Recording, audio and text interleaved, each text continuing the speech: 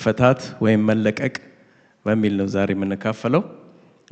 ከዛ በፊት አንድ ነገር ብናገር ስለ ሐሳብ ዝም ብዬ አስብ ነበር። ሐሳብ ማለት ሰው ተንበርክኮ በጌታ ፊት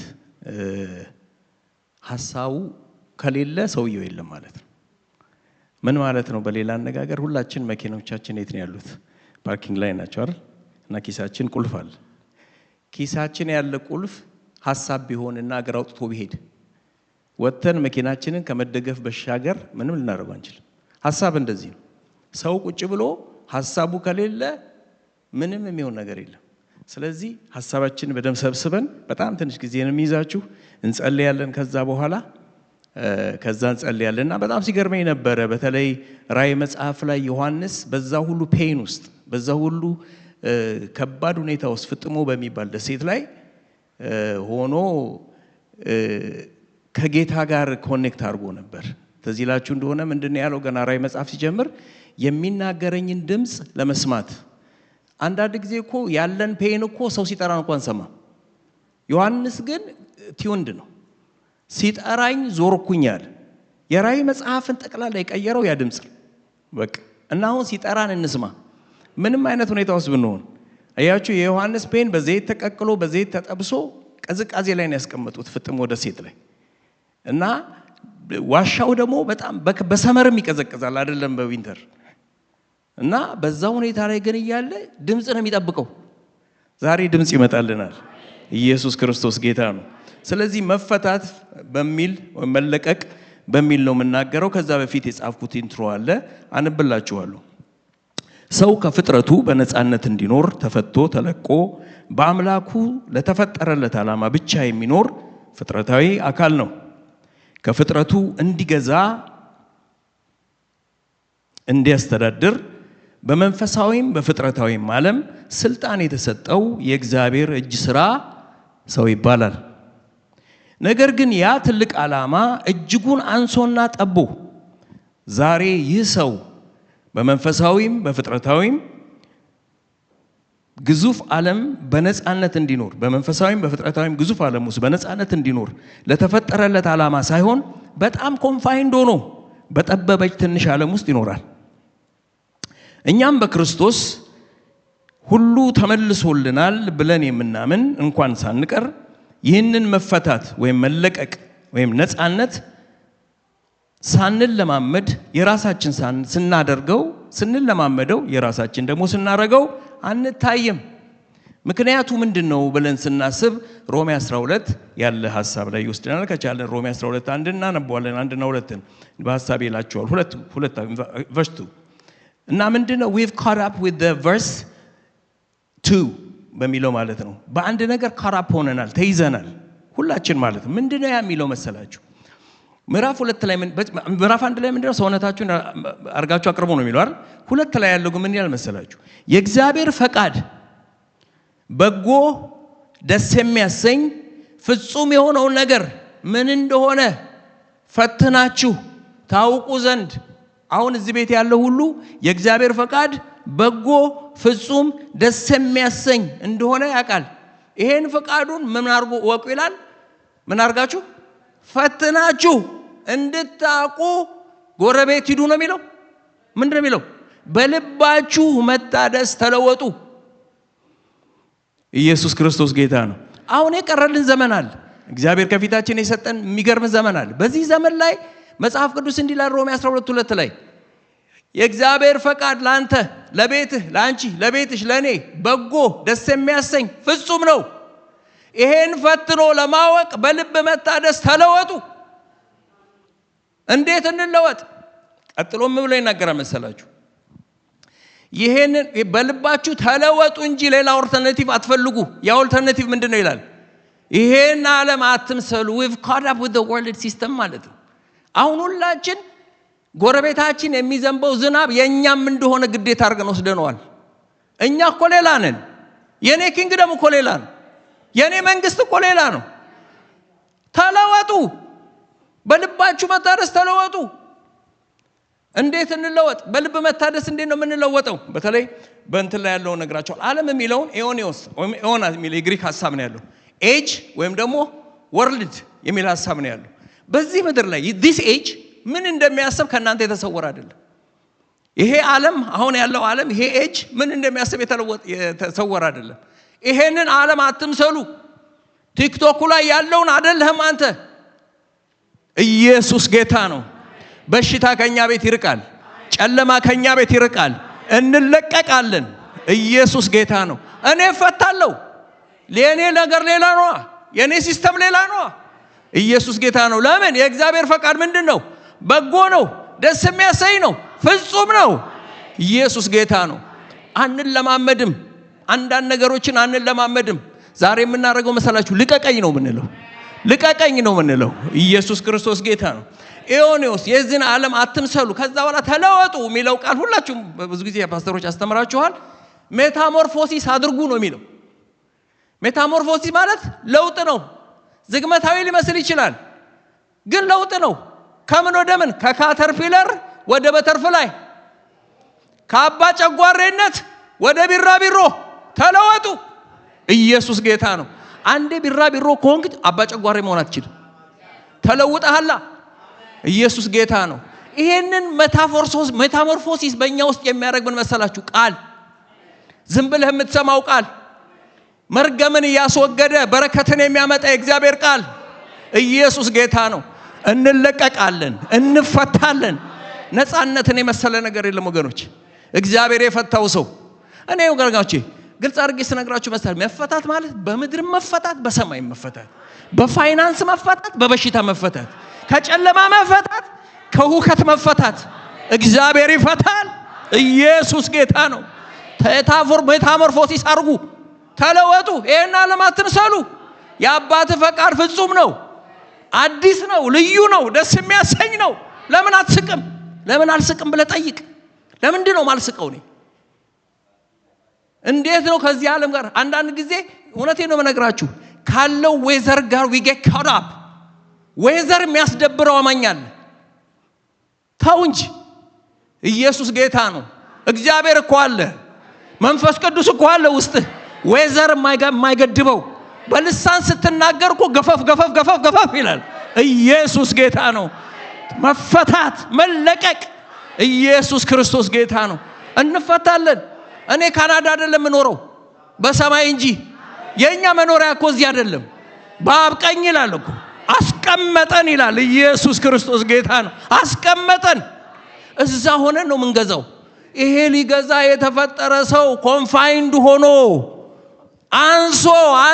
አንሶ ከሽንኩርት ማለፍ አቃተን፣ ከበርበሬ ማለፍ አቃተን። የተፈጠርነው እኮ ለግዙፍ ነገር እኮ ነው፣ ለትልቅ ነገር።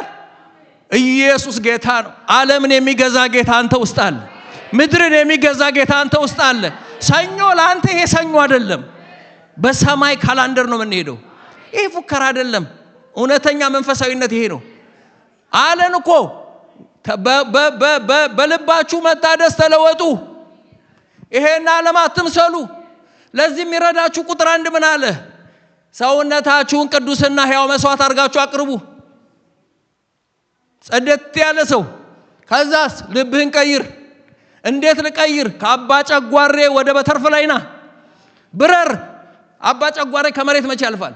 ይሄ እኮ ነው ህይወት እኮ። አንዳንድ በቃ መንፏቀቅ። እግዚአብሔር በተርፍላይ ካረገ ግን አትያዝም።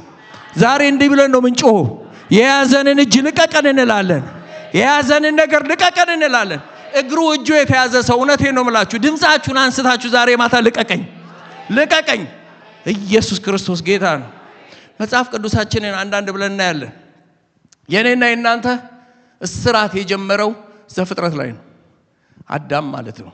እና ቶሎ ብዬ ነው የምሄድላችሁ አዳም ጋር እንዳንቆይ። ግን የዚህ አዳም ጋር የተጀመረ ነገር እንደ አዲስ ኪዳን አማኝ ሁላችን እናውቃለን፣ ተመልሶልናል ብለን ስለምናምን ማለት ነው። ግን በሂደት በሰው ህይወት ውስጥ በማንካይንድ ላይፍ ውስጥ የሆነው ነገር አንድ ባንድ ብለን ብንመለከት ከአዳም ቀጥሎ ጄነሬሽን ሲቆጠር ኖህ ነው የሚመጣው አይደል? 10 ጄነሬሽን በኋላ ኖህ ጋር በኋላ እንመጣለን። ከኖህ በኋላ ደግሞ ስንሄድ ሙሴ የሚባል ሰው ጋር እንሄዳለን።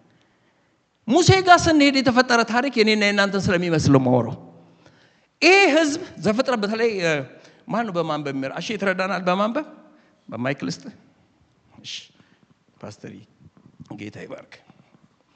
አንዳንድ እያልን እናነባለን። በተለይ መፈታት መለቀቅ ኤክሶዱስ 1 ላይ ዘጸአት 1 ላይ ቨርስ 1 ያለውን ቃል ቨርስ 1ን ብቻ አንብባት እሺ ከቻልክ። ዘጸአት 1 ቁጥር 1 እሺ በጌታ በኢየሱስ ስም አንባለሁ። ከያዕቆብ ጋራ ወደ ግብጽ የገቡ የእስራኤል ልጆች ስሞች እነዚህ ናቸው። በቃ ስሙ ምን እንደሚል ስሙ። እሺ ቁጭ በል ጌታ ኢየሱስ ይባርክ። ከያዕቆብ ጋራ ወደ ግብጽ የገቡ የእስራኤል ልጆች እነዚህ ናቸው ብሎ ይናገራል። በተለይ ወደ ኋላ ተመልሰን ዘፍጥረት 46 ላይ ምን ይላል መሰላችሁ? 70 ወይም 75 የሚሆኑ ሃውስሆልዶች በፌመን ምክንያት በረሃብ ምክንያት በመጣባቸው መከራ ምክንያት ግብጽ ሄዱ ይላል ከያዕቆብ ጋር። በግብጽ ምድር ሄደው እየኖሩ እያሉ ገዢው ሳማን ነው ዮሴፍ ነው። ነገሮች ያምራሉ፣ መልካም ነው፣ ደስ ይላል። ነገር ግን ቁጥር 6 ላይ ምን ብሎ ይናገራል? እየበዙ መጡ ይላል። በተፈጥሮው የኛ ዘር የመብዛት ባህሪ ያለው የፕሮሚስና የኪዳን ዘር ስለሆነ በዙ ይላል። ኢየሱስ ክርስቶስ ጌታ ነው፣ የሚጠፋ አይደለም። በተለይ ደስ ይለኝ መዝሙር አለ ተስፋዬ ጋቢሶ የማትበቅል መስላው ፈዛዛ ያ ጉልበተኛ መጥቶ ረገጣት የማትበቅል መስላው ፈዛዛ። እኔና እናንተ ውስጥ ያለ ነገር ይበቅላል። ደስታችን ያብባል፣ ሰላማችን ያብባል፣ ነገራችን ያብባል። ያ ጉልበተኛ መጥቶ ቢረግጣት እንኳን ተስፋ አለ፣ ኪዳን አለ። በዙ ይላል። ክብር ለኢየሱስ ይሁን። ቁጥር 6 በዙ። ከዛስ ምን ይላል መሰላችሁ? ዝቅ ብሎ 8 ላይ ዮሴፍን የማያውቅ ንጉሥ ተነሳ ይላል። 70 ሆነው ወርደው ዮሴፍን የማያውቅ ንጉሥ ተነሳ። ከዛ በኋላ ታሪኩን አጭር ለማድረግ ለ430 ዓመት ከልጅነት ወደ ባርነት ጭቃ መጠፍጠፍ 430 ማለት ሞር ዛን 4 ጀነሬሽን ማለት። ይሄንን ነገራቸውን የሚያስታውሳቸው የለም። ቅድም እንዳልኳችሁ በልባችሁ መታደስ ተለወጡ፣ ይሄን ዓለም አትምሰሉ፣ እግዚአብሔር ለእናንተ ያለው ፈቃድ በጎና ፍጹም ደስ የሚያሰኝ ነው። ይሄንን ለእስራኤል የሚያስታውሱ የለም። ግን አንድ ነገር ይላሉ፣ አውጣን፣ ይሄ ባርነት መሮናል፣ ያለሁበት የህይወት አይነት መሮኛል፣ አውጣኝ ይላሉ፣ ይጮሃሉ። በዛ መከራቸው ውስጥ እያሉ ጌሴም በምትባል ምድር ላይ እግዚአብሔር ሙሴ የሚባል ሰው ወለደላቸው። ኢየሱስ ጌታ ነው። ባለህበት ነገር ውስጥ እግዚአብሔር ሶሉሽን ይወልድልሃል። ጌሴም ውስጥ ሙሴ ተወለደ ይላል። ሙሴ ተወልዶ ሙሴ ሲያድግ ወገኖቼ ሙሴ ተወልዶ ሙሴ በሚያድግ ጊዜ እናቱ ዕብራዊ አርጋ ነው ያሳደገችው። ምን እያለች? ኪዳን እየነገረችው። ያንተ ኪዳን የአብርሃም ኪዳን ነው። አባትህ አብርሃም እንዲህ ብሎ እግዚአብሔር ኪዳን ገብቶለታል። የገባለት ኪዳን የ3 ቀን አይደለም የዘላለም ነው። አንተ ባሪያ አይደለህም ጌታ እንጂ። ትነግረዋለች፣ ታስተምረዋለች። ኢየሱስ ጌታ ነው። ሙሴ ባደገ ጊዜ ይላል ወጥቶ ሲያያቸው የተነገረው የተስፋ ቃልና ኪዳኑና ህዝቡ አይሄዱ በእኛ ህይወት እንዳለው አይነት ይሄ እንደ ቀልድ የሰማናቸው ቃሎች ወገኖች ዴስቲኒያችን ነው፣ ፍጻሜያችን ነው። ነገራችንን የሚያሳምርልን ይሄ የሰማነው ቃል ነው። እግዚአብሔር የተናገረው ያወራው ኪዳኑ በደም የተገባ ኪዳን ይሄ ዴስቲኒ ነው። በነገሮች ውስጥ ከራፕ እንዳንሆን ነቃ በሉ። ኢየሱስ ክርስቶስ ጌታ ነው። ኪዳን አለ። አንተ ስታይ ሲያየው ህዝቡ ጭቃ ይጠፈጥፋል፣ ሲያየው ህዝቡ ይደበደባል። እንደውም ሙሴን እኮ አግሪቤት ያደረገው ምንድነው? ይሄ ጌታ ሆኖ ሳል አንድ ሰው ሲመታው ይላል። ምንም የማይመታው ነገር አለ? ተስፋውን የረሳ ሰው፣ ኪዳኑን የረሳ ሰው እኮ ብዙ ነገር ይመታዋል። እየመታው አየ። ሙሴ ሄደ ይላል። በተፈጠረበት ነገር ሙሴ ሄደ። ሎንግ ስቶሪ ሾርት ከዛስ ሙሴ የዮቶሩን በጎች የጠበቀ ያለ በዛ ቡሽ ውስጥ አንድ ሰዓት አየ። ሁላችሁም ታውቁት። እዛ ሄዶ አይቶ አቅም እንደዚህ አይነት ነገር ኤክስፒሪየንስ አድርጎ ያውቃል።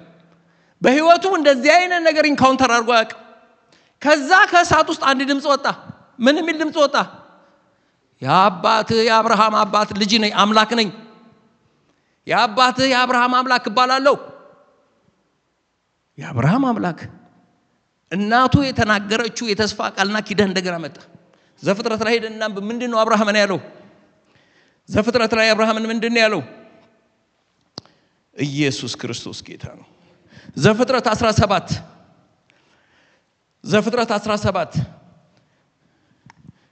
ቨርስ 1 ቁጥር 1 ላይ የሚለውን አንድ ይላችሁና ከዛ 6ን አሽየታ ነብልናል።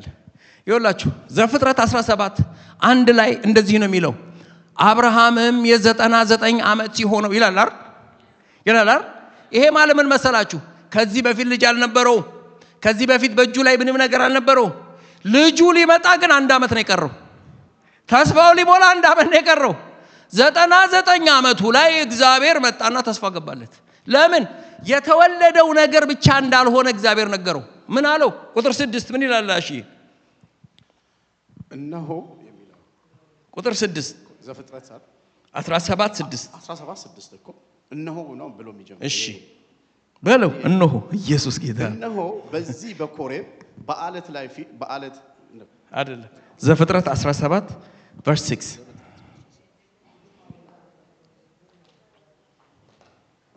እጅግ አበዛሃለሁ።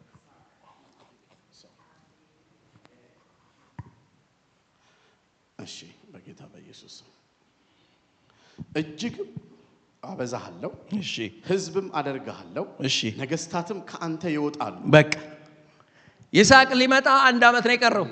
እግዚአብሔር መጣና አብርሃም ይስሐቅ ብቻ እንዳይመስልህ፣ እዚህ ቤት ያለን ሰዎች የያዝነው ብቻ የያዝነው እንዳይመስላችሁ። ዓለም ሁሉ የኛ ነው። የክርስቶስ ሁሉ የኛ ነው። ኢየሱስ ጌታ ነው። ምን አለው? አበዛሃለሁ ነው እንዴ ያለው? አንድ ቃል አለች፣ እጅግ አበዛሃለሁ። እስቲ እጅግ በሉ እስቲ፣ እጅግ ያበዛኛል በሉ እስቲ። ኢየሱስ ጌታ ነው። እጅግ አበዛሃለሁ። ከዛ ምን አለው? ምን አረጋሃለሁ? ሕዝብ አረጋሃለሁ። ከዛስ ማን ይወጣል? ነገስታት ካንተ ቤት ይወጣሉ። ይሄንን ለአብርሃም ነግሮታል። እናቱ የነገረችው የተስፋ ቃል ነው ይሄ።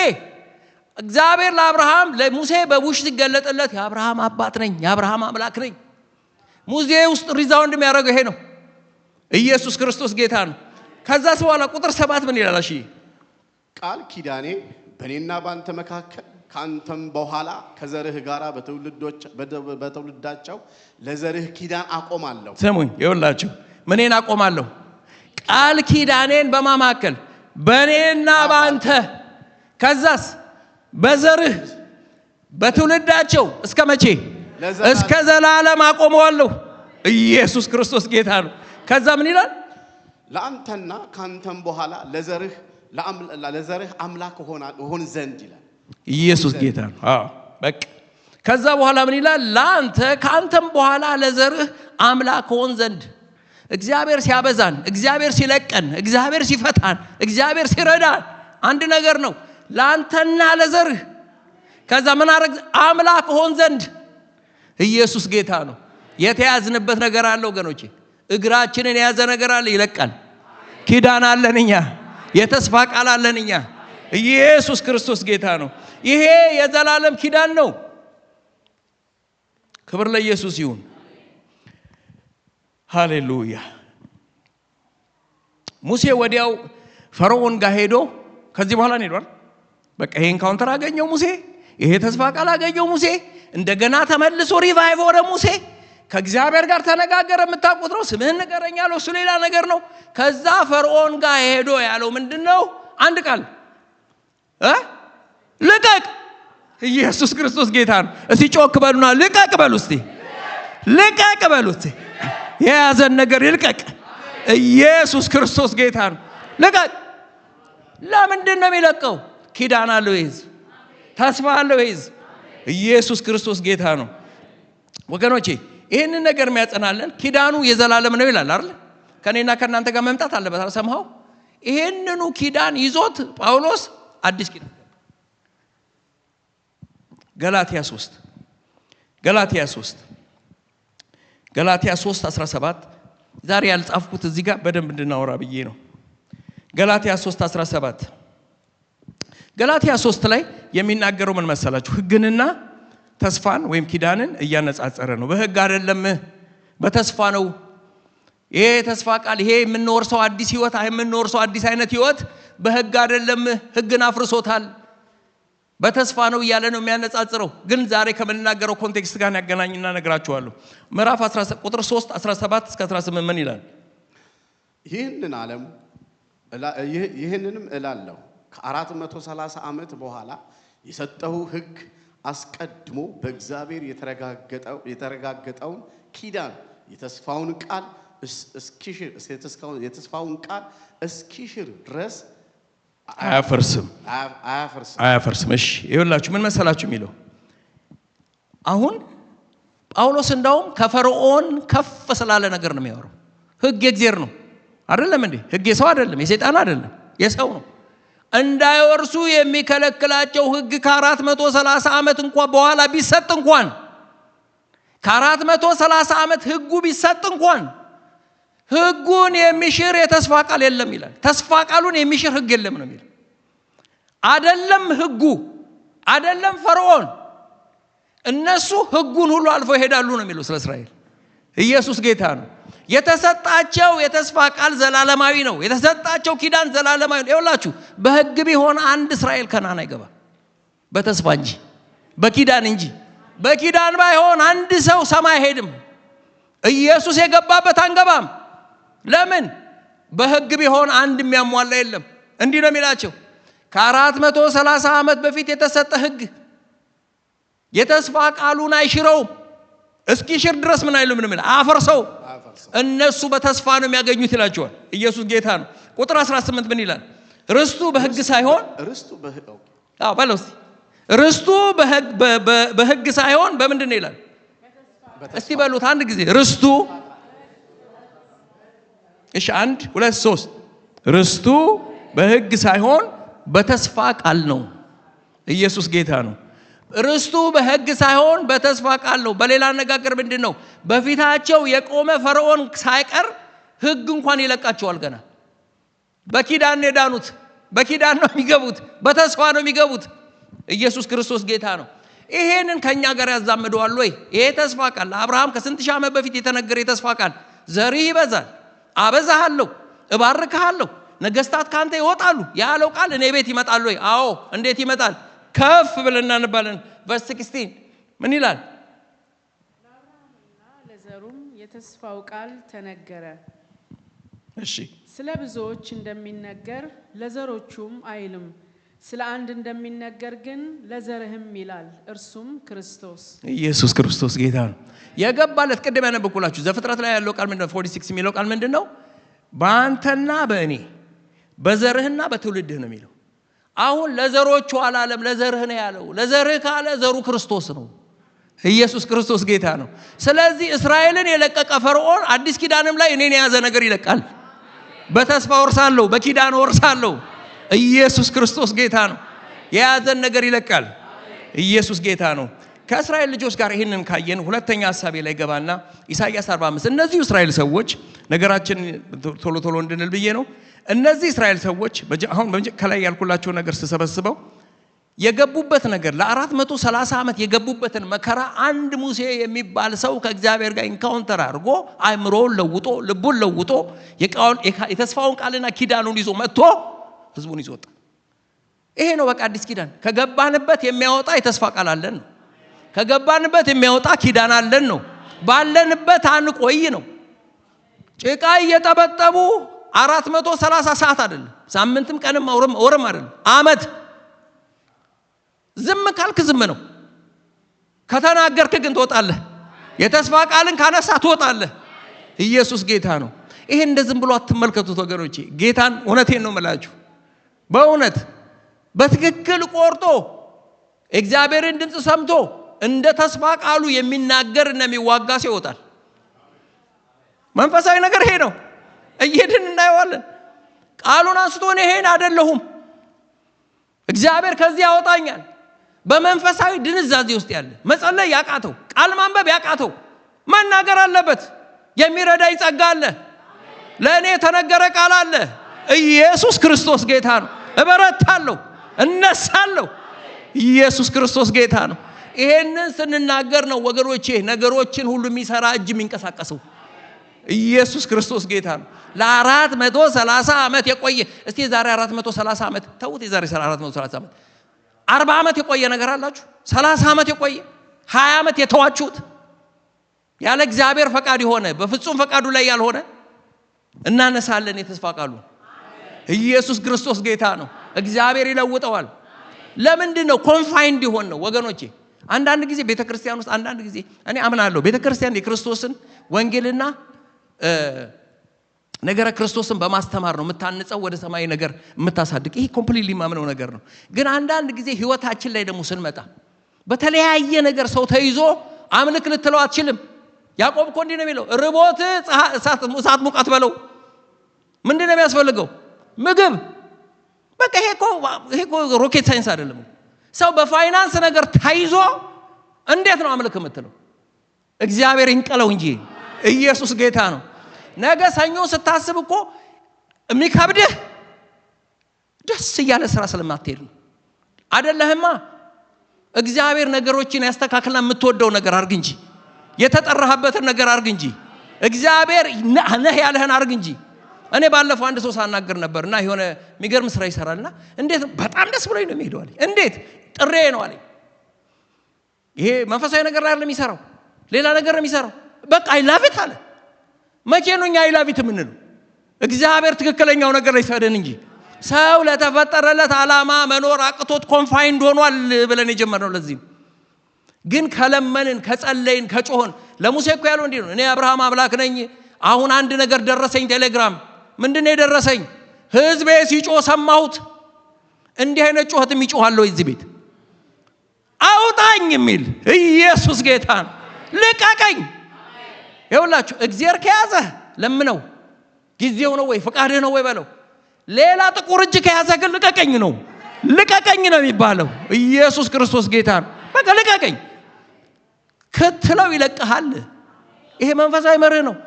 ብትቃወመው ቀንበሩ ካንተ ይሰበራል። ይሄ ቃል አይደለም እንዴ?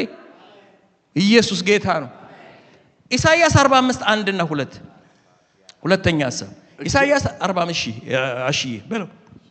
እግዚአብሔር ለቀባሁት አሕዛብንም በፊቱ አስገዛ ዘንድ የነገሥታትንም ወገብ እፈታ ዘንድ በሮችን እንዳይዘጉ መዝጊያዎቹን በፊቱ እከፍት ዘንድ ቀኝ እጁን ለያዝኩት ለቂሮስ እንዲህ ይላል። በቃ እቺን እንቀጥልበታለን በኋላ። ተመልከቱ። ቀኝ እጁን ለያዝኩት ለቂሮስ እንዲህ በሉት። እግዚአብሔር ስለ ቂሮስ እንዳይሆን የሚያወራው ስለ አንተ ስለኔ እንዴት እንደሆነ ነግራችኋለሁ። በ497 እና 586 ቢሲ እስራኤል ሁሉ ወደ ባቢሎን ተጓዙ ሌላ ነው። ተጓዙ በፍቃድ ነው። ተጋዙ ግን ወደ ስር ነው። ናቡከደነጾር የሚባል ሰው መጣና ኢየሩሳሌምን አፈረሳት ይላል። ጠላት የሚያደርገው መሰለ መጥቶ ኢየሩሳሌምን ነው የሚያፈርሰው። ኢየሩሳሌም ማለት ጄሩ ማለት ከተማ ነው። ሻሌም ማለት ሰላም። የሰላምን ከተማ ይንደዋል። ቴምፕልህን ይንደዋል። ኢየሩሳሌምን መታት ይላል ናቡከደነጾር። ቴምፕሉን መጸለያውን መታው ይላል። ከዛስ አይሁድን ጠቅላላ አግዞ ባቢሎን ወሰዳቸው ይላል። በባቢሎን ሆነው ለቅሶ ወገኖች፣ በክርስቶስ ሆኖ ለቅሶ እግዚአብሔር ያለው ፈቀደውን እግዚአብሔር የሌለበትን ነገር መኖር ፈቃዱ መስሎ ናቡከደነጾር እንደሆነ ረስተ በባቢሎን ሆነው እየኖሩ እያሉ ይጮሁ ጀመር። እንደገና ይጮሁ ጀመር። መዝሙር 137ን ሲናንብብ መዝሙር 137 ይሄ ሁሉ ሲሆን ኪዳን ያለው ህዝብ ነው። በግዞት ቤት ጠቦት በባቢሎን ይጮህ ጀመር። እንዲህ አለ መዝሙር አንዳንድ ቁጥር እያለን እንሄዳለን። 137 ከአንድ ጀምረን አንዳንድ እያየን እንሄድ።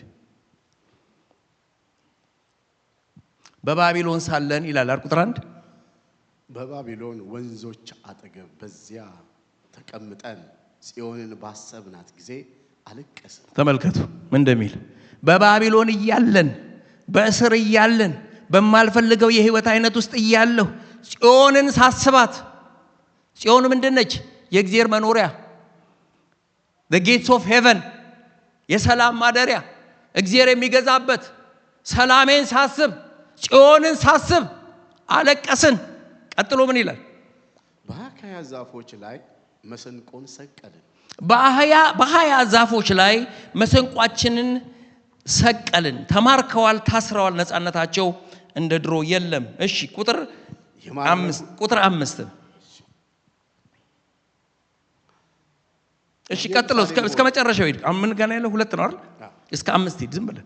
እሺ የማረኩ በዚያን የዝማሬን ቃል ፈለግን የወሰዱብንንም የጽዮንን ዝማሬ ዘምሩልን አሉን። እግዚአብሔርን ዝማሬ በአድ ምድር እንዴት እንዘምራለን? ኢየሩሳሌም ሆይ ብረሳሽ ቀኜ ትርሳኝ። በቃ አንድ ጊዜ ቨርሱን እናንብበው። ከአንድ ቁጥር ጀምረህ እንደገና አንብበው። እሺዬ ጮክ ብለህ በባቢሎን ወንዞች አጠገብ በዚያ ተቀምጠን ጽዮንን ባሰብናት ጊዜ አለቀስን። በአካያ ዛፎች ላይ መስንቋችንን ሰቀልን። የማረኩን በዚያ ዝማሬን ቃል ፈለጉብን የወሰዱብንም የጽዮንን ዝማሬ ዘምሩልን አሉ። እግዚአብሔርን ዝማሬ በባዕድ ምድር እንዴት እንዘምራለን? ኢየሩሳሌም ሆይ ብረሳሽ ቀኜ ትርሳኝ። ኢየሱስ ጌታ ነው። በባቢሎን ሄድን፣ ጽዮንን ስናስብ አለቀስን። ይሄ የምንፈልገው ህይወት አይደለም። ሰዎች ጠርተው ዘምሩልን አሉ። በዚህ ሁኔታ እንዴት ልዘምር? በማይሆን ህይወት ውስጥ እንዴት ልዘምር? ከዛ መጨረሻ ላይ ምን አለ? ኢየሩሳሌም ብረሳሽ ቀኜ ትርሳኝ። ምን ማለት መሰላችሁ? ቅድም ያልኳችሁ ኢየሩሳሌም ማለት የሰላም ከተማ፣ ሰላሜ ባይዘው ታውቃላችሁ። ኢየሩሳሌም ሴንተር ነች አይደል? ካፒታል ሲቲ ነች አይደል? የማ የእስራኤል ካፒታል ሲቲ አይደል? the heart of እስራኤል ማለት ነው። መሃል ላይ ያለው ሰላሜ ብረሳ ቀኜ ትርሳኝ። እንዴት ሰው ሰላሙን ይረሳል? እየተበጠበጠ እንዴት ይኖራል? ብረሳሽ ቀኜ ትርሳኝ። በአህያ ዛፎች ላይ መሰንቋችንን ሰቀልነዋል። እንዴት እንዘምር? ይሄ መልእክት ወገኖች ዛሬ እዚህ ቤት ላለ ሁሉ ሰው ነው።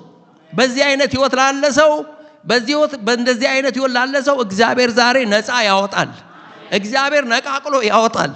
ደስ የሚል የምትስቅበትን ህይወት ትኖራለህ። ኢየሱስ ጌታ ነው። እንደዚህ እያለን አለ ቅድም ያነበብነው ኢሳይያስ 45 ነው አይደል? እንደዚህ እያለን አለ ኢሳይያስ 44 ላይ ምን እንደሚል ስሙ። ኢሳይያስ 44 ከአንድ ጀምሮ እንደዚህ ብሎ ይናገራል።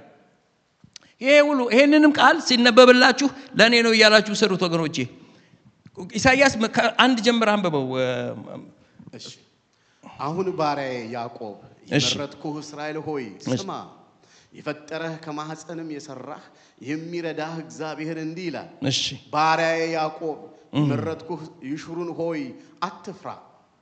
በተጠማህ ላይ ውሃን በደረቅ መሬት ላይ አፈሳለሁ። አሜን። መንፈሴን በዘርህ ላይ በረከቴንም በልጆችህ ላይ አፈሳለሁ። አጃኒ ሃታዶስ ኢየሱስ ጌታ ነው። በፈሳሾች አጠገብ እንደሚበቅሉ እንደ አህያ ዛፎች በሳር መካከል ይበቅላሉ። ተመልከቱ፣ መጣ ጌታ ልክ ለሙሴ እንደመጣው ምን አለ? 137 ላይ ዳዊት ሲዘምርልን ምን አለ? በባቢሎን እያለን አለቀስን፣ መሰንቋችንን በአህያ ዛፎች ላይ ሰቀልን፣ ዘምሩልን ሲሉ በዚህ ህይወት እንዴት እንዘምራለን? ኢየሩሳሌም ብረሳሽ ቀኜ ትርሳኝ። ከዛ መጣ ጌታ 44 ላይ ያዕቆብ ሆይ እኔ በበረሃ መካከል ውሃ አደርጋለሁ። እኔ በባቢሎን እመጣለሁ። ባለህበት ነገር እኔ እመጣለሁ። ኢየሱስ ክርስቶስ ጌታ ነው። ከዛስ ምን አለው? ቁጥር 4 ነው የፈለኩላችሁ። ቁጥር 4 ላይ ሲደርስ ምን አለው? ሁሉም ነገር ሰምታችሁታል። ቀጥል እንደ አህያ ዛፎች በሳር መካከል ይበቅላሉ። አሁን የምትላቸው ሰዎች በአህያ ዛፍ ላይ መሰንቋቸውን የሰቀሉት በአህያ ዛፍ በሳር መካከል ገና ይበቅላሉ አለ። ምንድነው የአህያ ዛፍ? የአህያ ዛፍ ወገኖቼ ቅጠሉ ለመድኃኒት የሚሆን መድኃኒት እኮ አለ እኮ አንተ ቤት። አንተ መድኃኒት ሆነ ሳለ መድኃኒቱ ላይ መሰንቆ ሰቅልሃል። እንዲህ ነው የሚለን እኮ ያ በአህያ ዛፍ ማለት ወገኖቼ ሂዩሚዲቲን በጣም መቆጣጠር የሚችል በሞቃት ቦታ የሚያድግ ቶሎ ፈርታይል የሚያደርግ ከ25 እስከ 30 ድረስ ስፒሲስ ያሉት የሚገርም ዛፍ ነው። ይሄን የአህያ ዛፍ ላይ ወስደው እነሱ ማስንቆ ሰቀሉ። እግዚአብሔር ደግሞ ምን አለ? በሳር መካከል፣ ሳር እኮ ዝም ብሎ እኮ ነው የሚበቅለው። በህዝብ መካከል አበቅልሃለሁ አለ። እንደ አህያ ዛፍ አበቅልሃለሁ አለ። አንተ መድኃኒት ነህ። ኢየሱስ ክርስቶስ ጌታ ነው። ስለዚህ እግዚአብሔር ዘመናትን ጠበቀና ከናቡከደነፆር በኋላ ሳይረስ የሚባል ንጉስ አስነሳላቸው። ቂሮስ ቅድም ያነበብነው ቃል ቂሮስን አስነሳላቸውና እንዲህ አላቸው። ቂሮስ እኮ አሕዛብ ነው። ቀኝ እጁን ላይ ያስኩት ለቂሮስ እንዲበሉት ያው እግዚአብሔር ከፈለገ የአሕዛብን ቀኝ እጅ ይዞ አንተን ያወጣል። ኢየሱስ ጌታ ነው። የመንግስትን ሌጂስሌሽን ለውጦ አንተን ያወጣል። እግዚአብሔር ነው እኮ የምናወራው። የኪዳን ሰው ነኝ ብሎ ላመነ ኢየሱስ ጌታ ለቂሮስ እንዲበሉት ወይኔ ጌታ ኢየሱስ አንብብልኝ እስቲ እሱን ለቀባሁት ለቂሮስ እንዲበሉልኝ አሕዛብንም በፊቱ አስገዛ ዘንድ የነገሥታትንም ወገብ እፈታ ዘንድ በሮች እንዳይዘጉ መዝጊያዎችን በፊቱ እከፍት ዘንድ ቀኝ እጁን ለያዝኩት ለቂሮስ እንዲህ ይላል። ምን አረግለታለሁ ነው የሚለው ወገኖቼ። በቨርስ ባይ ቨርስ ይዩት። በፊትህ እሄዳለሁ። እሺ በፊትህ እሄዳለሁ። ተራሮችን ደልዳላ አረግልሃለሁ። እሺ የነሐሱን ደጆች እሰብርልሃለሁ። የብረቱን መወርወሪያዎች እቆርጣለሁ። የብረትን መወርወሪያ ቆርጠዋለሁ። ምን አይነት ነገር ነው! ኢየሱስ ጌታ ነው። ሃሌሉያ። ተራሮች የሚለው ወገኖች ተራራ ዝም ብሎ ተራራ ማውንቴን እንዳይመስላችሁ። መንግስታት እንዳቸዋለሁ አለ እግዚአብሔር። የናቡከደነጾር ነው የባቢሎን ኤምፓየር ያቆመው ባይዛው በቂሮስ ላይ ነው። ናደው እግዚአብሔር መጥቶ ለማሲል ለያዕቆብ ለማሲል ለአብርሃም ለማሲል ለኔ ያረጋል እግዚአብሔር። እኔ ዛሬ ስንት ዓመት ወገኖች ለወንድሞቼ ነግራቸው ነበር። እግዚአብሔር የሆነ ሌጂስሌሽን ማይቀይራል አረን እናትዬ ትዝ ይልህ እንደሆነ አንድ ሰሞን እዚህ ነበር። የሚገርማችሁ በህይወቴ እንደዛ ሆኖ ያውቃል። እግዚአብሔር ህግ ቀይሮ ያውቃል። ኢየሱስ ጌታ ነው። ሃሌሉያ። የምናመልከው አምላክ ሃይማኖት አይደለም። ኢየሱስ ጌታ ነው። አዎ ይለውጣል፣ ያድናል፣ ይረዳል፣ ያግዛል፣ ያነሳል፣ ይፈውሳል፣ የሞተን ኃይል ይሰብራል። ይሄ ነው ኢየሱስ። ኢየሱስ ጌታ ይሄ ነው ኢየሱስ። ይቀይራል። ሰኞ ለተቤት ሆነ የኪዳን ሰው ነኝ በል። የኪዳን ሰው ነኝ። የብረቱን መወርወሪያ ይቆርጠዋል። ይከፍተዋል እኮ አይደለም፣ ይቆርጠዋል። ኢየሱስ ጌታ ነገስታትን ይንዳል። ኢየሱስ ጌታ ሌጂስሌሽን ይቀይራል።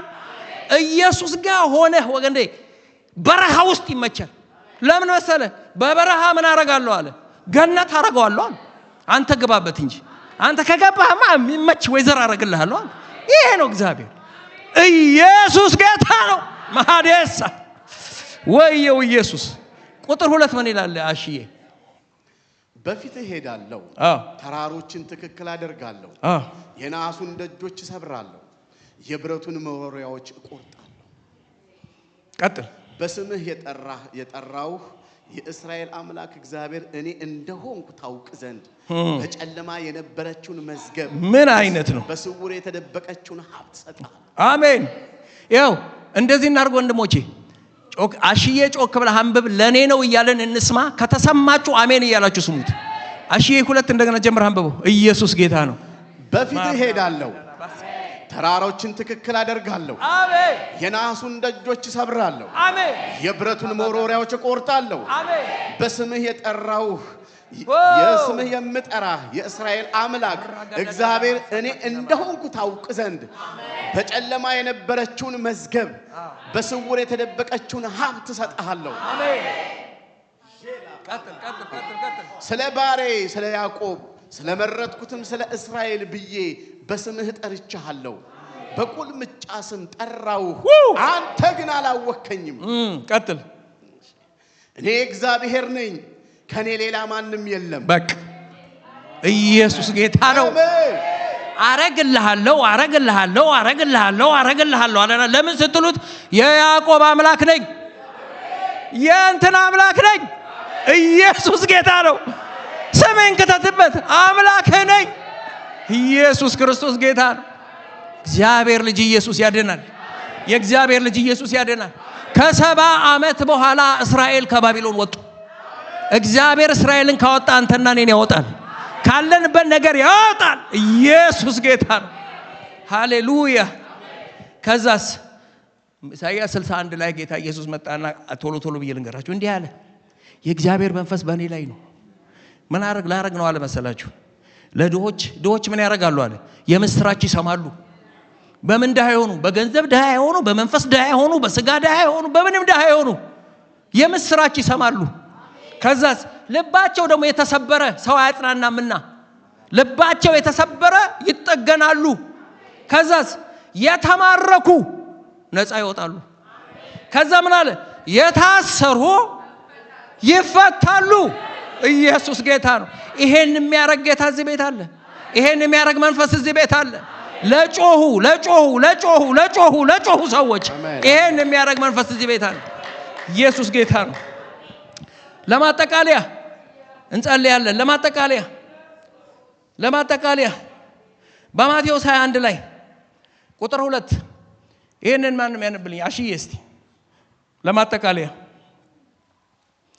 ምዕራፍ 21 ቁጥር 2 የታሰረች አህያ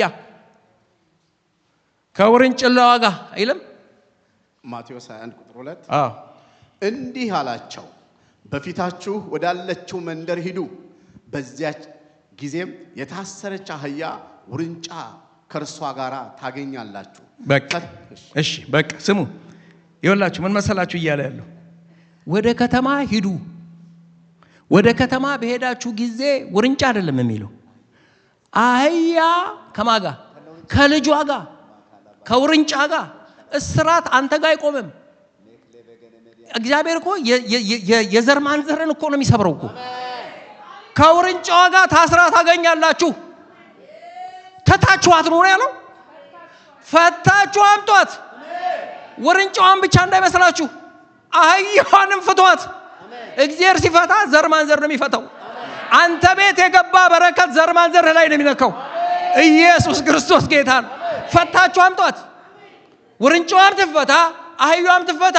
በነብዩ እንዲሚል ቃል አለና ጽዮን ሆይ ይኸውላችሁ መጣ። ጽዮን ሆይ የሰላም ከተማ የእግዚአብሔር መኖሪያ the presence of God የሚኖርብሽ ደስ ይበልሽ። በነብዩ እንዲህ ነው የተባለው።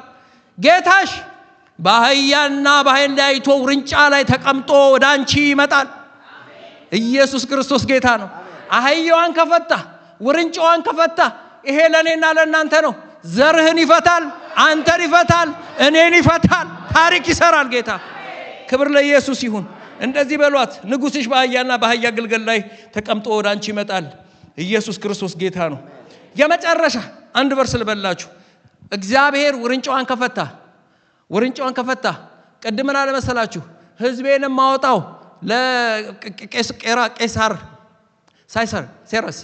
ቂሮስ ተባረከኝ። ለቂሮስ ህዝቤን የሚፈታው ለምንድን ነው አለ? እንዲያከብረኝ የያዕቆብ አምላክ ስለሆንኩ ነው አለ። ይችም የተፈታችሁ እንድትዞር አይደለም። ምን ሊልባት ነው? ሊቀመጥባት። እግዚአብሔር ተቀምጦ ስራውን ይስራብን። እግዚአብሔር ተቀምጦ በኪችነር ሐሳቡን ይፈጽምብን። እንፈታ ካለንበት ከያዘን ነገር ይልቀቀን። እግዚአብሔርና እግዚአብሔር ልጅ ኢየሱስ ይቀመጥብን። ኢየሱስ ጌታ ነው። ምዕራፍ 8 ላይ ቶሎ ልንገራችሁ። ጀነሲስ ወደ ኋላ መለስ ያለ ያልኳችሁ አዳም፣ ኖሃ፣ ከዛ በኋላ አብርሃም፣ ከዛ በኋላ ሙሴ ነው ያለው አይደል? ኖሃ ጋር መለሳለሁ ብያችሁ ነበር። ኖሃ እንዲህ ነው ያደረገው። ቶሎ ልበላችሁ። ከ40 ቀን በኋላ የሚል ቃል አለ። ከ40 ቀን በኋላ 40 የእግዚአብሔር ቀን ነው። 40 የእግዚአብሔር ቁጥር ነው። 40 ሙሴ 40 ዓመት፣ 40 ቀን ፍለድ፣ 40 እስራኤል በምድረ በዳ፣ 40 ሳኦል፣ ዳዊት፣ ሰለሞን የነገሱበት፣ 40 ኢየሱስ ምድረ በዳ የቆየበት፣ ሙሴ የቆየበት 40። እግዚአብሔር 40 ቀን ሲጨርስ፣ እግዚአብሔር አንዳንድ ጊዜ 40 ቀኑን አንተ ቤት ይጨርሳል። 40 ቀኑ ያልቃል። 40 ቀኑ ሲያልቅ ይላል ኖህም እርግቧን ለቀቃት ይላል። አሁን እንዲህ አይነት ጸሎት ነው የምንጸልየው። እግዚአብሔር ከያዘን ጌታ ሆይ 40 ቀኑን ጨርሰው። ውሃው ጎሏል ወይ? ከጎደለ ልቀቀኝ፣ ሐሳብን ፈጽም። ጠላት ከያዘን ደግሞ በደንብ ልቀቀኝ ነው የምንለው። ለቀቃት ይላል። 40 ቀን ወገኖች፣ 40 ማለት ነገሮች አልቀው አዲስ ነገር የሚጀመርበት ቀን ማለት ነው። ሳኦል በ40 ሲጨርስ ዳዊት ቀጠለ። ዳዊት በ40 ሲጨርስ ሰለሞን መጣ። ሰለሞን ሲጨርስ ሌላ። እግዚአብሔር 40 ሲሞላ የሚጨርስበት ጊዜ አለ። ዛሬ ጮኸን እንዲህ ነው የምንለው፣ እግዚአብሔር ሆይ ልቀቀን። እግዚአብሔር ይኸውላችሁ ማን ነው? ኖህ ዝሆን ነበረ፣ መለቀቅ የሚችል ትልቅ ኃይል ያለው ዝሆን አለቀቀው። አንበሳ ነበረ ኃይለኛ፣ እዛ መርከብ ውስጥ አልነበረም እንዴ? አለቀቀው። ትንሿን ቀኗ ስለደረሰ ሰዓቷ ስለደረሰ እግዚአብሔር ሳይዛይል ኃይል ምን አይል፣ ሰዓት ከደረሰ ይለቃል። እግዚአብሔር ወይ ከደረሰ ልቀቀን እንላለን።